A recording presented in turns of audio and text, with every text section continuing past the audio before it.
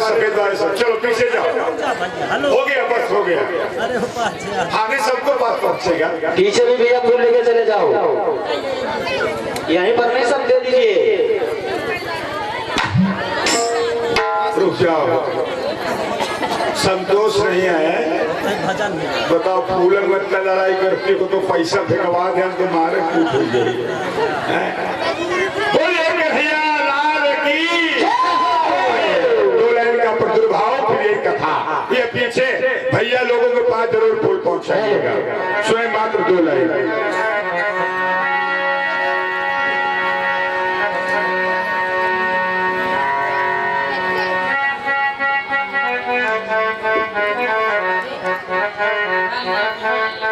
आइए 2 लाइन का प्रादुर्भाव सुने, फिर सुंदर सा मर्यादा पुरुषोत्तम राम की कथा सब लोग बोलेंगे और सुनेंगे। कहेंगे क्या? हम में राम तुम में राम, सब में राम समाया है, समाया है। जगत में सबसे कोई नहीं पराया है। जगत में सबसे कोई नहीं पराया है। बोलो राम राम राम, बोलो राम राम राम, बोलो राम राम राम, बोलो राम राम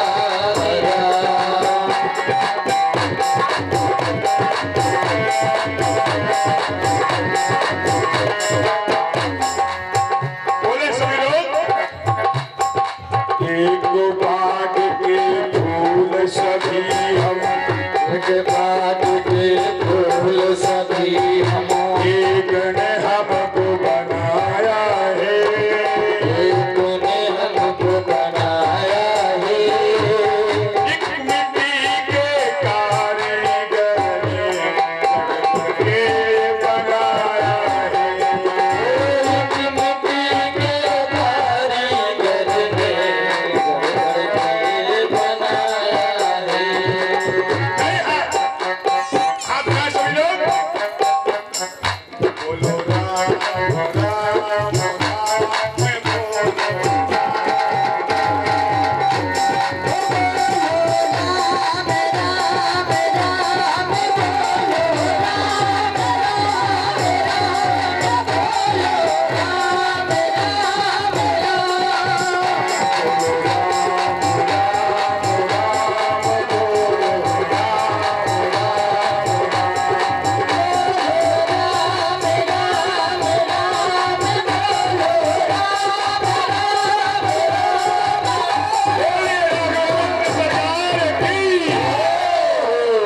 और ये पलटूपुर के निवासी और जितेंद्र भैया हैं, अभी इन्हीं के गांव से आ रहे हैं कथा करके। सब पत्र मुद्राएं माँ भगवती कल्याण करे। आइए अपनी कथा की ओर सुने। हमारी माताएं बहनें, आपके भी घर में राम होते हैं। फर्क इतना है कि आपका खान पान अलग हो जाता है, बस तो धुंधकारी हो जाते हैं। सुनो, विचार करना, अगर ये कौशल्या बन जाए और राम बन जाए, दशरथ बन जाए, तो राम को जन्म लेना पड़ेगा निश्चित। आज भी बहुत ऐसे संतान है, होती भी है। बोलो कन्हैया लाल की। राजा जब दशरथ बैठे हैं एक बार एक वन में और विचार करके कहते हैं, तो हुआ क्या सुनो। गुरु ग्रह गया तो रत मही पाला और चरण लाग करी।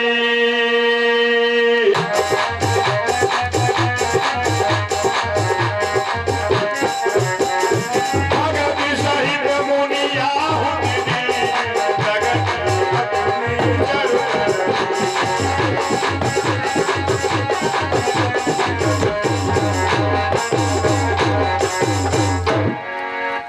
अब यज्ञ और यज्ञ में अंतर होता है।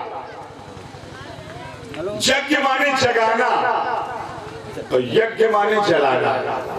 या यज्ञ अच्छा जिहाज जब आधा या यज्ञ यज्ञ नहीं करना था, यज्ञ करना था। 3 प्रकार के मंत्र होते हैं, स्वाहा, ओम फट, ओम नमः और स्वाहा। जैसे आप स्वाहा बीज मंत्र बोलते हैं तो स्वाहा नहीं बोलते, ओम नमः बोलते हैं।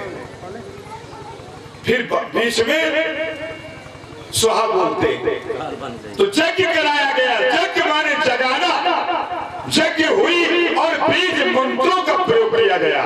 ओम रामात्मा परब्रह्मो सर्वाध्यक्षा स्वयं गुरु यस्य बोध प्रभावीर सो श्याम भौवार्धि।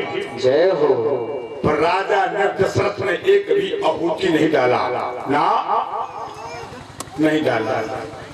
आहुति डाल देते तो यज्ञ गड़बड़ हो जाता। बोलो गुरु भगवान की जय हो। अब देखिए, भगत सहित मुनि आहुति दी है, पर राजा ने दशरथ ने कोई आहुति नहीं डाला। गुरु मुनि गुरुओं के द्वारा हुआ, पर राजा ने दशरथ बैठने के योग्य नहीं थे। किनको श्राप लग गया था, दोषी थे, किसी के हत्या का आरोप, इसलिए इनकी ये पंचभौतिक काया अशुद्ध थी, इसीलिए आहुति नहीं डाल सके। अब देखिए, पूजा शुरू है, आहुति शुरू है, तो अब आगे क्या हुआ? जो वशिष्ठ कहूं हृदय विचारा और सकल काज सिद्ध तुम्हारा। यह छवि बाटी देव बजाई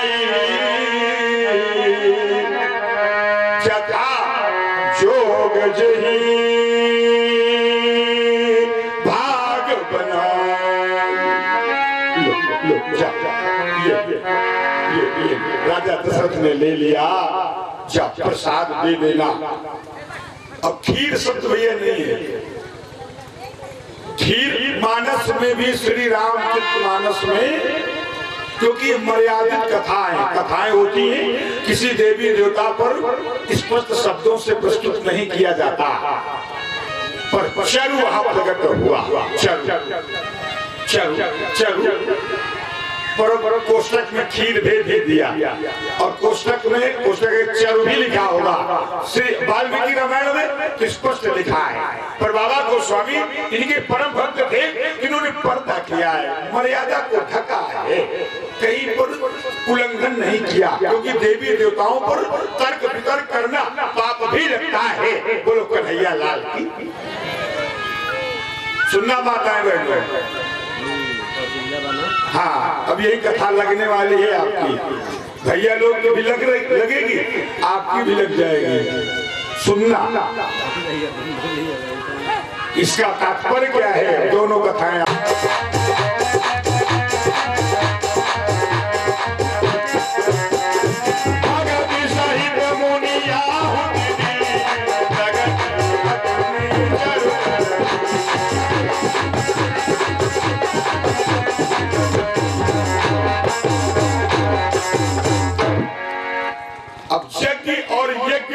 होता है। यज्ञ माने जगाना और यज्ञ माने जलाना। या यज्ञ अच्छा जिहाज जब आधा या यज्ञ यज्ञ नहीं करना था, यज्ञ करना था। 3 प्रकार के मंत्र होते हैं, स्वाहा, ओम फट, ओम नमः और स्वाहा। जैसे आप स्वाहा बीज मंत्र बोलते हैं तो स्वाहा नहीं बोलते, ओम नमः बोलते हैं। फिर बीच में स्वाहा बोलते हैं। तो यज्ञ कराया गया। यज्ञ माने जगाना, यज्ञ हुई और बीज मंत्रों का प्रयोग किया गया। ओम रामात्मा परब्रह्मो सर्वाध्यक्षा स्वयं गुरु यस्य बोध प्रभावेन सोस्यामि भववार्धिम। जय हो। पर राजा दशरथ ने एक भी आहुति नहीं डाला, ना नहीं डाला। आहुति डाल देते तो यज्ञ गड़बड़ हो जाता। बोलो गुरु भगवान की जय हो। अब देखिए, भगत सहित मुनि आहुति दी है, पर राजा ने दशरथ ने कोई आहुति नहीं डाला। गुरु मुनि गुरुओं के द्वारा हुआ, पर राजा ने दशरथ बैठने के योग्य नहीं थे। किनको श्राप लग गया था, दोषी थे, किसी के हत्या का आरोप, इसलिए इनकी ये पंचभौतिक काया अशुद्ध थी, इसीलिए आहुति नहीं डाल सके। अब देखिए, पूजा शुरू है, आहुति शुरू है, तो अब आगे क्या हुआ? जो वशिष्ठ कहूं हृदय विचारा और सकल काज भाव सिद्ध तुम्हारा। यह छवि बाटी देव बजाई जथा जोग जही भाग बना। ये राजा दशरथ ने ले लिया, जब प्रसाद दे देना। अब खीर शब्द भैया नहीं है, खीर मानस में भी श्री रामचरित मानस में, क्योंकि मर्यादित कथाएं होती हैं, किसी देवी देवता पर स्पष्ट शब्दों से प्रस्तुत नहीं किया जाता, पर चरु वहां प्रकट हुआ। चरु पर कोष्टक में खीर भेज दिया, और कोष्टक में चरु भी लिखा होगा। श्री वाल्मीकि रामायण में तो स्पष्ट लिखा है, पर बाबा गोस्वामी इनके परम भक्त थे, इन्होंने पर्दा किया है, मर्यादा को ढका है, कहीं पर उल्लंघन नहीं किया, क्योंकि देवी देवताओं पर तर्क वितर्क करना पाप भी लगता है। बोलो कन्हैया लाल की। सुनना माताएं बहनों, हाँ, अब यही कथा लगने वाली है आपकी। भैया लोग की भी लगेगी, आपकी भी लग जाएगी। सुनना, इसका तात्पर्य क्या है? दोनों कथाएं नहीं, गड़बड़ हो जाएगा। ये है प्रसाद, अर्धभाग कौशल्य, ये हो गया था, और उभय भाग, ऊपरी भाग, अर्धभाग कौशल्य दीन्हा, और उभय भाग आधे कर ऊपरे भाग को भी आधा कर लिए। ये देखो, ये एक हमने दे दिया, दो भाग हो गए। अब इस भाग में भी एक भाग बनाया जाएगा, तो बीच वाले का बनेगा कि ऊपर वाले भाग का बनेगा? भाई राम लक्ष्मण भरत शत्रुघ्न 4 पुत्र थे,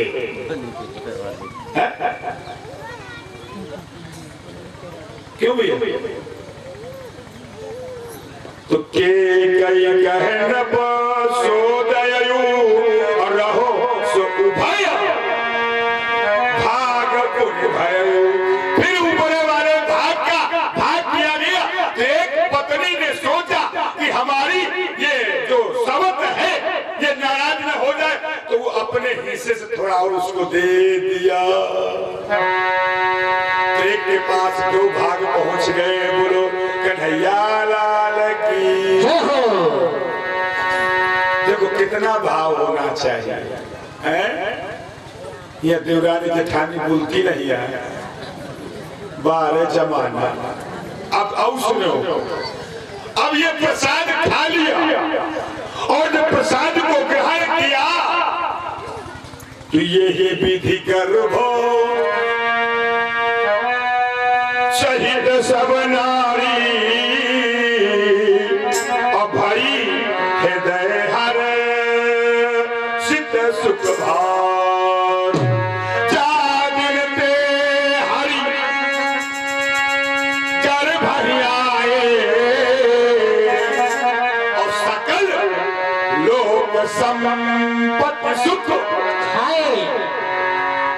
भाई अब तो मानना पड़ेगा कि राम गर्भ से पैदा होंगे, नहीं मानोगे?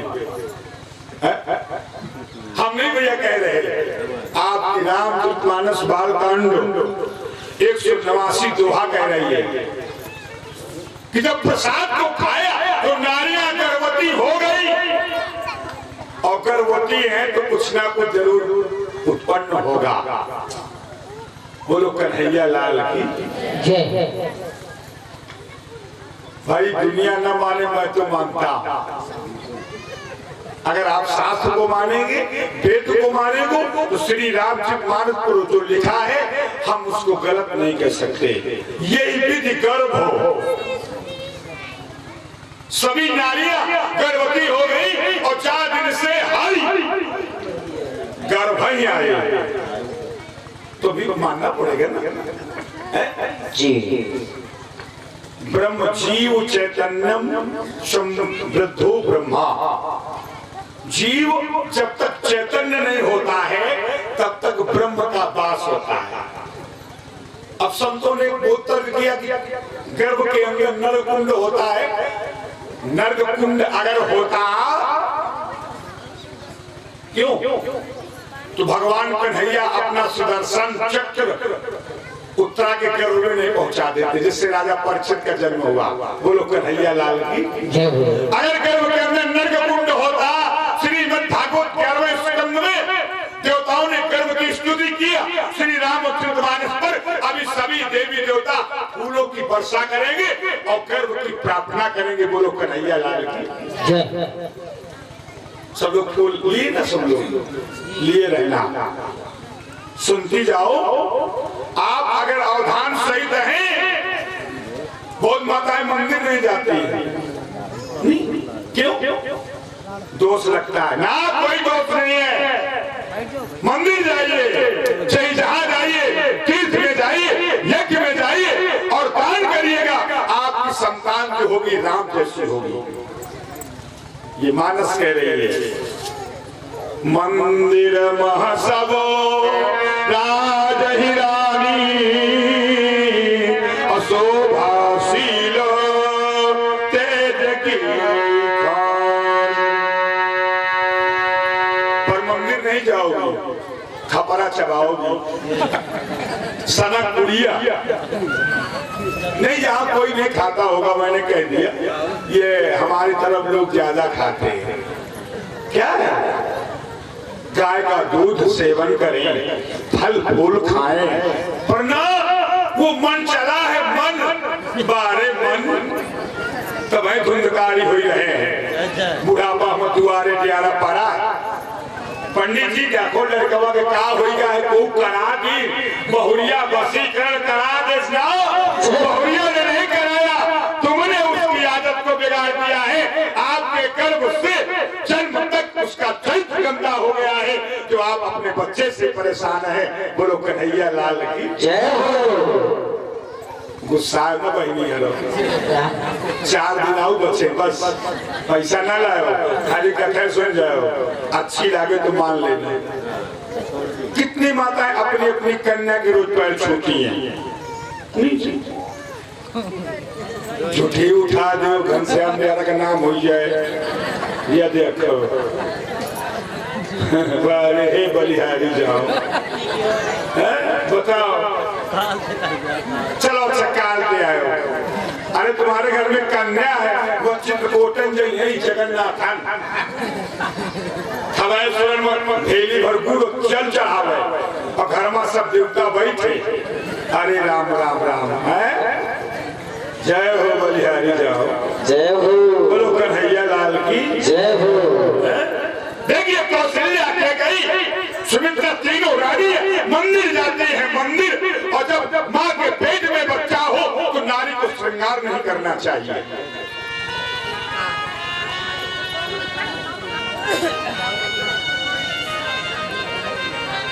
को कहा था ऐसा ना हो, मांग अगर भर लिया, अगर गर्भ में बच्ची है, देवी है, तो दोष लग जाएगा। श्रृंगार नहीं करना चाहिए, ये शास्त्र कहता है, ये पुराण कहता है, ये धर्म की नीति कहती है। श्रृंगार नहीं करना चाहिए और इधर उधर की वस्तुओं को नहीं खाना चाहिए, नहीं वो ब्रह्म का अपमान होता है। तो तुम्हारे गर्भ में जो है वो ब्रह्म है। रामचंद्र बिना बैठे मैंने आपस में गौर किया, आसमान से तारा टूटा, पेट के अंदर डाल दिया, खाल मांस के बने नसे हैं, रति रति से जोड़ दिया, पन पिंडी तैयार भई। जब माता पिता को सोर किया, इस घाट में तक दरवाजे नौ के पर्दा खोल दिया, और जब धरती पर जन्म लिया तो केहू कहा पर जय हो। उसका अपमान मत करो। लड़का हो तो नौटंकी कराइबे, बिटिया हो तो कुछ न कराइबे। बताओ बेचारा इतना भारी 9 महीना क्या रहे, वो की छाती में डीजे बजवावा जाता है। और जवानी में जब तुम्हारी छाती में डीजे बजा तो कौन गलत करत है? एको ब्रह्म दुनिया नाथ, वो ब्रह्म है, आप जो गर्भ में है वो पल रहा है, मांस का लोथड़ा है, वो पिता के धगुटी से निकलकर माँ के उदर में प्रवेश होता है, वो ब्रह्म का रूप है। 2 दिन का बच्चा हंसता है, जान तो क्या ऐसे नहीं। बताओ उस बच्चे की आवाज को तुम लोग जान जाती हो कि कुछ मांग रहा है, क्यों? पर आवाज नहीं पहचानती, क्योंकि ब्रह्म रूप में है जीव चैतन्यम। जब जीव चैतन्य हो जाता है तो ब्रह्म चला जाता है, फिर कर्म करके ब्रह्म को प्राप्त किया जाता है। बोलो कन्हैया लाल की जय हो। रानियां मंदिर गई, पूजा किया, पाठ किया। आप लोग भी कभी ऐसा हो पूजा पाठ मत बंद करिए, ये शास्त्र कहता है और रामचरितमानस भी कहती है। अब देखिए सुनना, जोग लग्न गहवार तिथि सकल भय अनुकूल, चर अचर हर्ष जुतो राम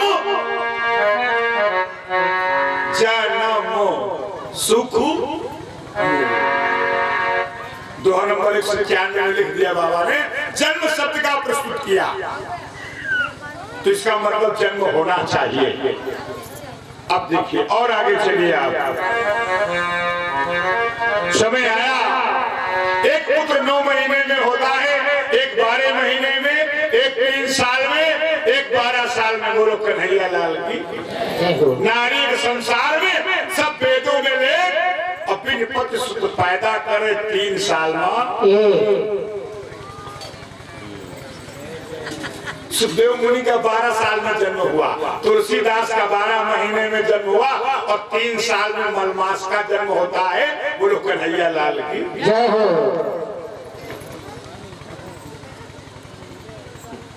अम्मा पाँव समेट लो, अम्मा, दाई, चाची, कान फ्यूज है,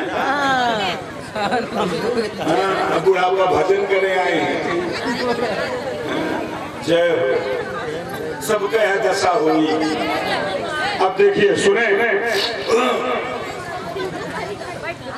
समय आया और समय जब प्रभु गा रहा है तो 9वीं तिथि मधुमास पुनीता शुक्ल पक्ष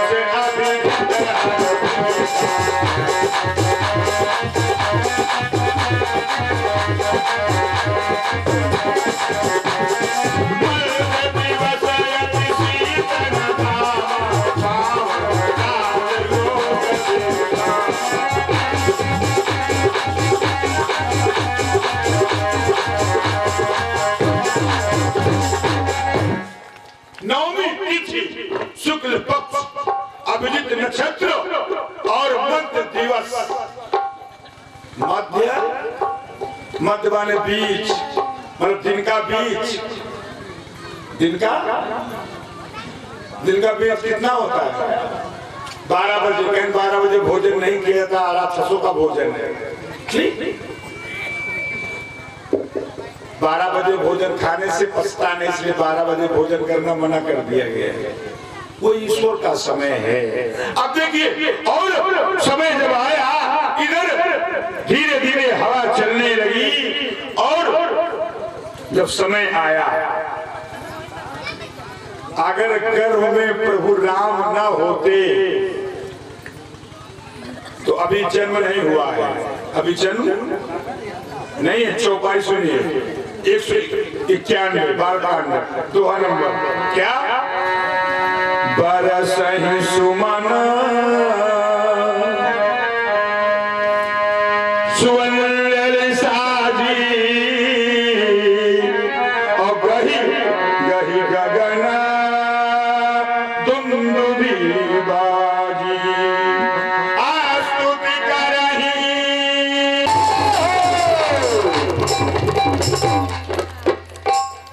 कैसे प्रार्थना कर रहे हैं, आप भी करिएगा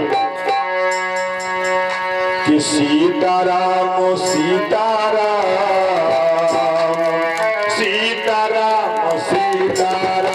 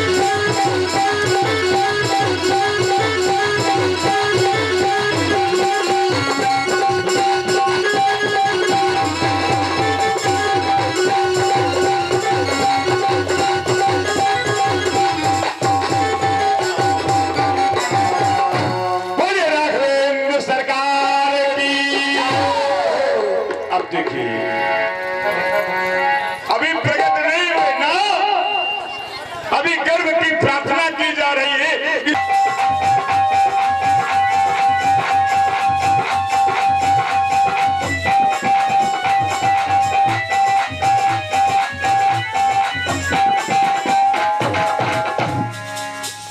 राजा परीक्षित ने कहा कि मैं स्थान देता हूँ कि जहाँ पर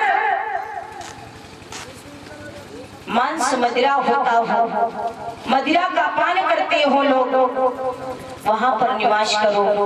जहां वेश्याएं निवास करती हो वहां पर निवास करो। और कहा जहां पर हरि की चर्चा न होती हो, गुरु का सम्मान न होता हो, ऐसी जगहों पर निवास करो। तो राजा परीक्षित के सामने कलयुग हाथ जोड़कर के खड़ा हो गया कि आपने मुझे राजन कई स्थान दिए और सब ऐसे स्थान दिए कि जहां मैं रहूंगा तो जो आपने स्थान दिए, लेकिन मुझे कोई अच्छा स्थान नहीं दिया।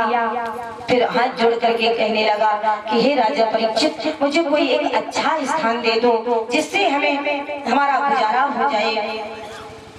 राजा परीक्षित ने कहा जहां अधर्म का स्वर्ण हो, स्वर्ण मीन्स सोना, जहां अधर्म का स्वर्ण हो, स्वर्ण की क्रांति हो, वहां पर निवास करो। जे ही ऐसा कह दिया प्यारे भक्तों। तो आज राजा परीक्षित जी जो ताज लगाए हुए थे, सोने का मुकुट, राजा परीक्षित सोने का मुकुट लगाए हुए थे, तो कलयुग ने जरा सी भी देर नहीं की और उनके मुकुट में जाकर बैठ गया। उनके मुकुट में जाकर के बैठ गया प्यारे भक्तों। अच्छा, जहां पर धर्म होता हो वहां तो कलयुग जाता नहीं। राजा परीक्षित बड़े धर्मज्ञ थे, लेकिन प्यारे भक्तों उन्होंने जो मुकुट लगा रखा था वो भी युद्ध में जीता हुआ था, इसलिए उसके मुकुट में कलयुग ने वास कर लिया। छीना हुआ मुकुट था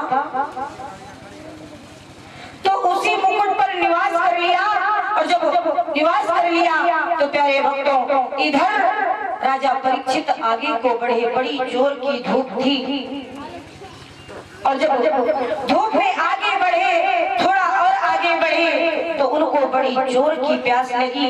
मारे प्यास के उनका गला सूखने लगा, और जब प्यारे भक्तों गला सूखने लगा तो देखा बगल में एक सुंदर सा आश्रम दिख रहा है।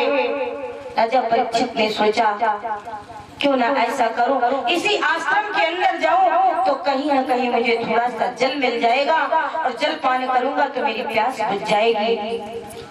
जो ही प्यारे भक्तों उस आश्रम के अंदर गए तो वहां पर लोमड़ से ऋषि अखंड समाधि लगाए हुए, नेत्रों को बंद किए हुए बैठे।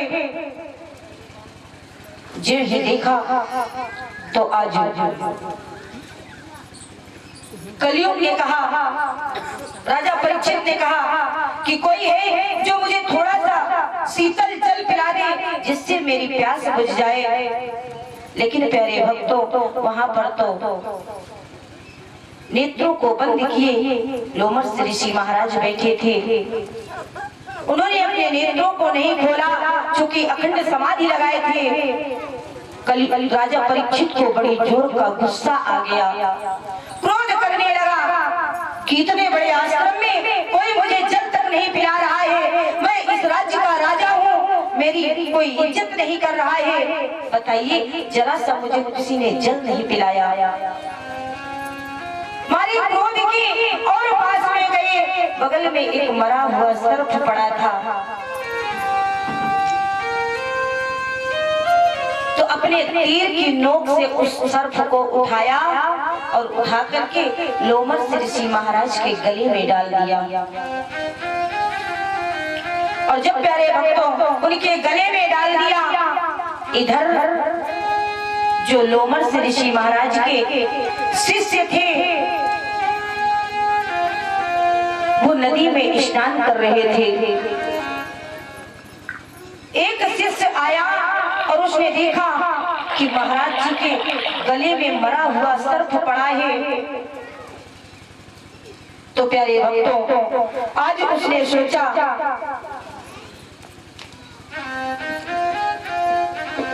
कि पता नहीं दुष्ट ने ऐसा क्यों किया। ऐसे ऐसे लोग होते हैं, हमारे गुरु का अपमान कर दिया, हमारे गुरु के गले में मरा हुआ सर्प डाल दिया। क्या बताऊं, दौड़ा दौड़ा गया और जहां पर सभी शिष्य स्नान कर रहे थे उन्हीं में एक श्रृंगी महाराज थे, श्रृंगी ऋषि जो उनके मेन शिष्य थे। उनसे बताया कि आज हमने देखा कि लोमड़ से ऋषि महाराज के अर्थात हमारे गुरु जी के गले में मरा हुआ सर्प किसी दुष्ट ने डाल दिया है। तो प्यारे भक्तों आज श्रृंगी ऋषि महाराज को बड़ा क्रोध आ गया। हमारे क्रोध के उन्होंने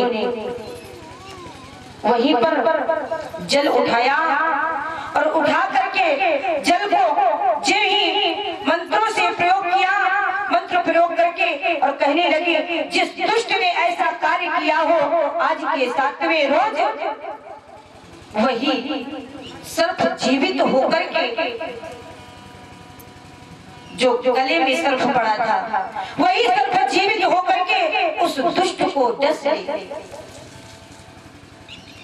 तो प्यारे भक्तों उन्होंने श्राप दे दिया, चूंकि कहा जाता है प्यारे भक्तों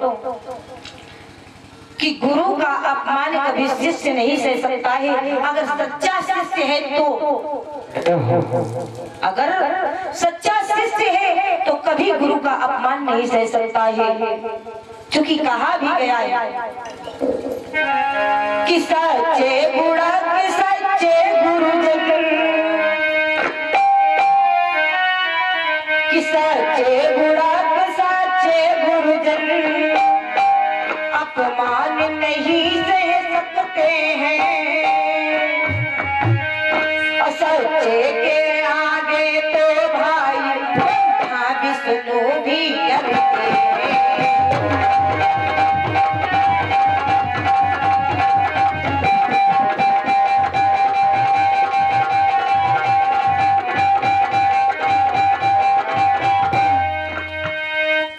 तो इस प्रकार प्यारे भक्तों, जो सच्चा शिष्य होता है या सच्चा गुरु हो तो अपने शिष्य को पुत्र के समान देखता है, पुत्र के समान होता है। और जो सच्चा चेला होगा वो अपने गुरु को माता पिता से बढ़कर मान सम्मान देगा, कभी गुरु की निंदा नहीं सुन सकता है। गुरु की निंदा अगर शिष्य सुने तो उसको दोष लगता है, अर्थात पाप लग जाता है। कभी गुरु की निंदा न करना चाहिए, न उसकी निंदा सुनना चाहिए। बोलिए कन्हैया लाल की जय, बोलिए राधे रानी की जय। और आजकल प्यारे भक्तों देखो, आसाराम को जय हो, राम रहीम को 1000, 2000, 10,000 चेले बन गए, और क्या हुआ बाद में। इसलिए प्यारे भक्तों, गुरु भी करें तो बहुत सोच समझ के, अगर गुरु करे तो बहुत सोच समझ के। किसी ने कहा है कि पानी पियो छान के और गुरु करो बहुत जान के। जब तक उसको समझो ना, समझ कर उनकी हर क्वालिटी को समझ कर कि ये हमें पार लगा सकते हैं या हमें यही डुबा देंगे। अगर ये हमें पार लगा देंगे तब तो प्यारे भक्तों गुरु करना चाहिए, अन्यथा ऐसे वैसे को गुरु भी नहीं बनाना चाहिए। क्योंकि गुरु का स्थान तो देवताओं से ऊंचा होता है। माना जाता है ना, गुरुर ब्रह्मा गुरुर विष्णु गुरुर देवो महेश्वरा और गुरुर साक्षात परम ब्रह्म तस्मै श्री गुरुवे नमः। पार ब्रह्म परमेश्वर के समान गुरु की उपाधि दी गई है। ब्रह्मा विष्णु महेश भी उनके नीचे आ जाते हैं। तो प्यारे भक्तों, गुरु भी करे तो इतना सोच समझ के करे कि कहीं ये अधर्मी तो नहीं है, पापी तो नहीं है, ये हमारे गुरु करने लायक है, हमारा गुरु बनने लायक है कि नहीं, तब प्यारे भक्तों उनको गुरु बनाइएगा। बोलिए गुरुदेव भगवान की जय। इधर क्या हुआ प्यारे भक्तों,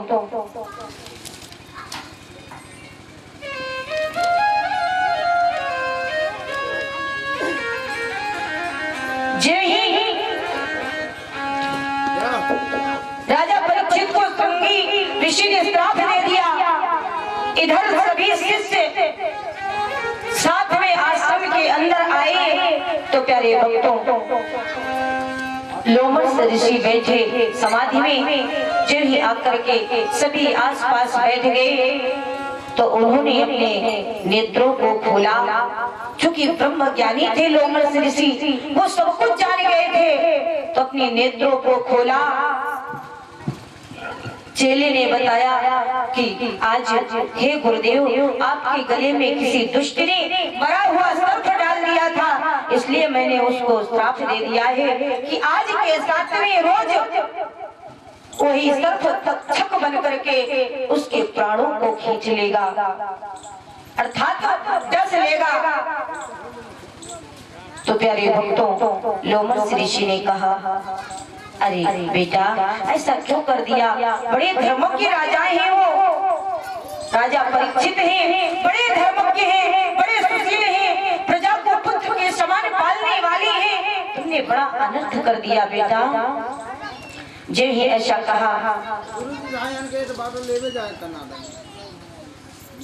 तो क्या हुआ प्यारे भक्तों, आज लोमस ऋषि ने एक शिष्य को भेजा कि जाओ जाकर के राजा परीक्षित को सूचित करो कि आज के 7वें रोज तुम्हारी मृत्यु हो जाएगी, सो अपनी मुक्ति का कोई उपाय ढूंढ ले, मुक्ति का कोई मार्ग ढूंढ ले। जो ही ऐसा बताया तो एक चेला गया और जाकर के राजा परीक्षित के यहाँ कहा, हे राजन, आपको श्राप हुआ है कि आज के 7वें रोज आपकी मृत्यु हो जाएगी, इसलिए हमारे गुरुदेव जी ने कहा है कि अपनी मुक्ति का कोई मार्ग ढूंढ ले। जो ही ऐसा सुना आज राजा परीक्षित ने उदास हो गए। प्यारे भक्तों, क्योंकि अगर किसी को पता चल जाए कि आज के 7वें रोज हमारी मृत्यु हो जाएगी, तो वो तो ज्ञानी थे, क्योंकि राजा परीक्षित धर्मज्ञ थे। अगर कलयुग निवास नहीं करता तो कभी उनसे ये गलती नहीं होती। तो प्यारे भक्तों, उदास हो गए और उदास होने के बाद में आज उन्होंने सोचा कि मैं क्या करूं क्या ना करूं। तुरंत उसी चेले के साथ में आए और आकर के लोमस ऋषि के सामने हाथ जोड़कर के खड़े हो गए कि हे प्रभु, हे गुरु महाराज, आप हमारे गुरु के समान हैं और ऋषि देवता हैं, इसलिए जो मैंने गलती की है ना, तो इस गलती को मेरी क्षमा कर दे। क्योंकि इस गलती, ऐसी गलती को क्षमा तो नहीं करना चाहिए, क्षमा करने योग्य हम नहीं है, लेकिन संतों का स्वभाव प्यारे भक्तों होता है शीतल बोलना, गलतियों को क्षमा करना संतों का स्वभाव होता है। दूसरों के ऊपर कृपा करना ये संतों का स्वभाव होता है। कहा जाता है कि अगर सुबह जगते ही संतों का दर्शन मात्र हो जाए तो मानो हमने परमात्मा के दर्शन कर लिए। तो प्यारे भक्तों, आज महाराज परीक्षित लोमस ऋषि के पास गए और हाथ जोड़कर के रोने लगे, चरण वंदन करने लगे कि मैंने गलती की जो तो उसे क्षमा करो प्रभु, क्षमा करने योग्य तो नहीं हूँ, लेकिन मुझे क्षमा करे नाथ। और कहने लगा क्या,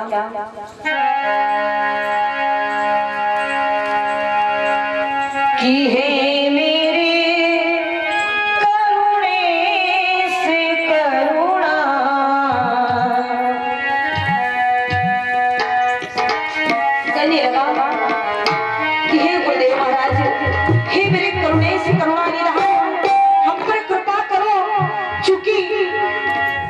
गलतियां जो हुई सो हो गई, लेकिन अब मुझे केवल आप क्षमा कर दे।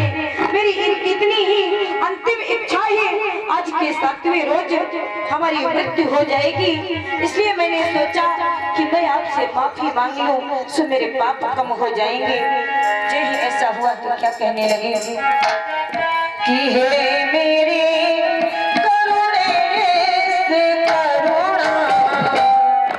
सिंधु करुणा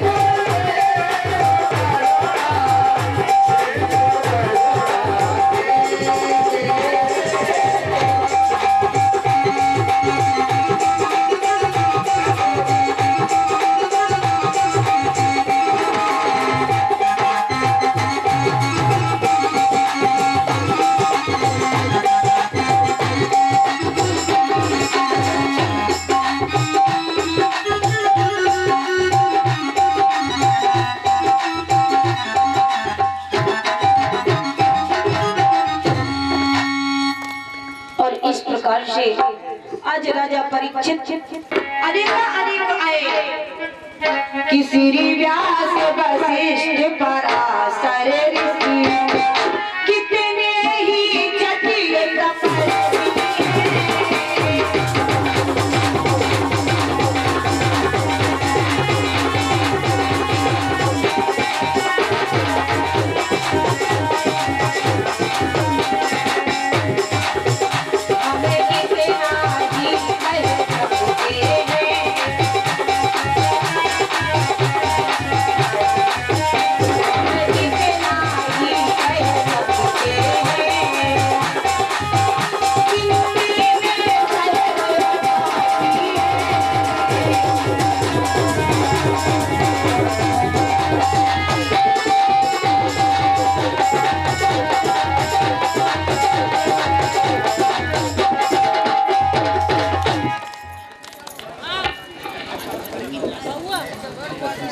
तो प्यारे भक्तों, श्री व्यास जी, वशिष्ठ जी, पराशर ऋषि अनेक वहां पर आए। यहाँ तक कि कहा गया है कि 88,000 ऋषि तक आए। लेकिन प्यारे भक्तों, सबकी बात को सुनते और चुपचाप अपने आसन पर बैठे सोचते हैं कि मैं क्या करूं, क्या ना करूं, उनके कुछ समझ में नहीं आ रहा है। तो प्यारे भक्तों, क्या हुआ?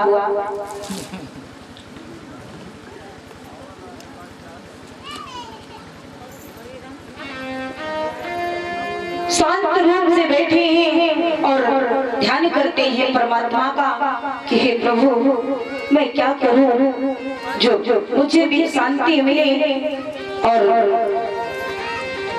किस प्रकार से मेरा उद्धार होगा। मैं क्या करूं, कुछ समझ नहीं पा रहे हैं आज। तो क्या हुआ कि आते देखा जब ऋषिवर को,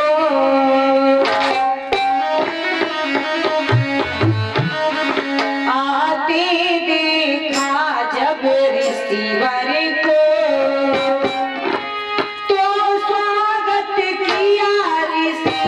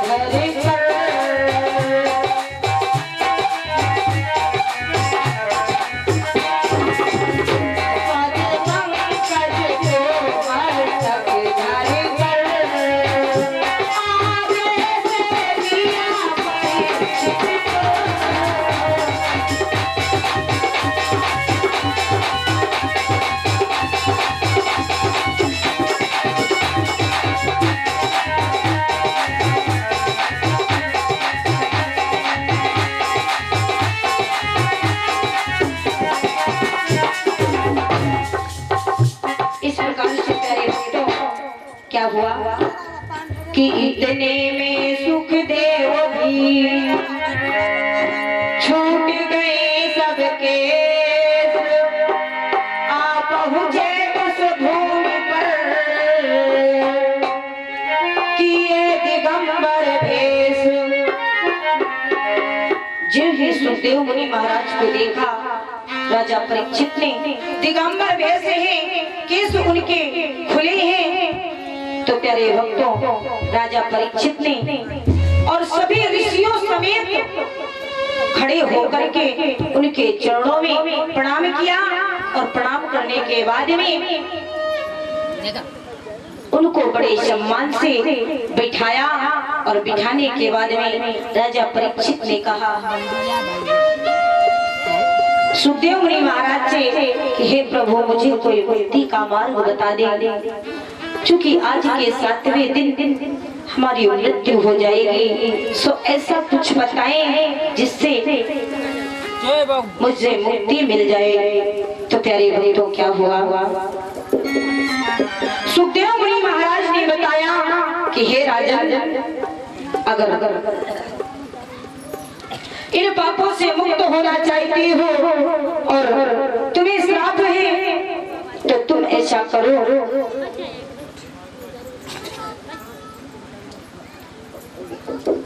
कि श्रीमद् भागवत को नियम अनुसार ध्यान पूर्वक मद लोभ मात्सल्य सब कुछ त्याग कर, ईर्ष्या दोष जो है सब त्याग कर श्रीमद् भागवत को नियम के साथ में श्रवण कर अगर करोगे तो तुम इन पापों से मुक्त हो जाओगे और तुम्हें मोक्ष गति प्राप्त होगी। तो क्या हुआ प्यारे भक्तों, इधर आज सुंदर सा आसन लग गया और सुखदेव मुनि महाराज आसन पर विराजमान हुए और राजा परीक्षित को श्रीमद् भागवत की कथा सुनाने लगे। राजा परीक्षित को श्राप हुआ था कि आज के 7वें रोज आपकी मृत्यु हो जाएगी, यही तो लगा था। लेकिन अब ये मान लीजिए कि अभी तक जो आप लोग कथा सुन रहे थे ये सभी जो है भूमिकाएं बताई जा रही थी। अब श्रीमद् भागवत यहाँ से प्रारंभ होगी। भाई जब राजा परीक्षित को श्राप होगा तभी तो उनको श्रीमद् भागवत सुनाई जाएगी। क्यों भैया, समझ में नहीं आया? जैसे अभी तक देखा होगा तो पुस्तकों में पढ़ा होगा कि पहले डिटेल दिया रहता है, इतने पाठ ऐसा वैसा विषय सूची, समझ रहे हैं, उसके बाद में कहीं अध्याय आता है। तो इसी प्रकार इसमें मंगलाचरण और अनेकों भूमिकाएं बताई जा रही थी। किसको सुनने से ऐसा होता है, इनको सुनने से धुंधकारी प्रेत योग से मुक्त हो गया, हम सुनेंगे तो भी ऐसा होगा, अनेक चीजें बताई गई अभी तक। अब जब राजा परीक्षित को श्राप हुआ तब सुखदेव मुनि महाराज व्यास गद्दी पर आसन लगाएंगे और राजा परीक्षित को अब कथा सुनाएंगे आगे की। तब 7 दिनों की कथा राजा परीक्षित श्रवण करेंगे। तब लास्ट में यही कथा थोड़ी सी, जब तक्षक जीवित होकर 7वें दिन उनको डसेगा तब उनको मोक्ष गति प्राप्त होगी। आप लोगों को समझ में आया? नहीं आया? भाई राजा परीक्षित को श्राप हुआ, राजा परीक्षित को श्राप हुआ और कथा कौन सुन रहा था? सुना कौन रहा था? श्रीमद् भागवत की कथा कौन सुन रहे थे? जय हो। और कथा सुना कौन रहा था? कभी आप लोगों ने विचार किया है कि हम बोलते हैं बोलिए परीक्षित महाराज की जय, बोलिए सुखदेव मुनि महाराज की जय हो, बोलते हैं ना? तो जब राजा परीक्षित को श्राप हुआ तब राजा परीक्षित ने सुखदेव मुनि महाराज से सुंदर से परमात्मा की 7 दिनों तक कथाएं सुनी पहले, और तब 7वें दिन उनको तक्षक ने डसा। तब उनको 7 दिनों की कथा सुन करके सर्प ने डस लिया, तब उनको मोक्ष गति प्राप्त हो गई। आज से अब श्रीमद् भागवत आप लोग सुनेंगे, समझ रहे हैं? बोलिए सुखदेव मुनि महाराज की जय हो, बोलिए राजा परीक्षित की जय हो। आगे समझ में आप लोगों के ना आया हो आता है, मैंने तो हमारे कमरे में पूछना बताया। आइए 2 शब्दों में परमात्मा का भाव, फिर सुंदर सी कथा।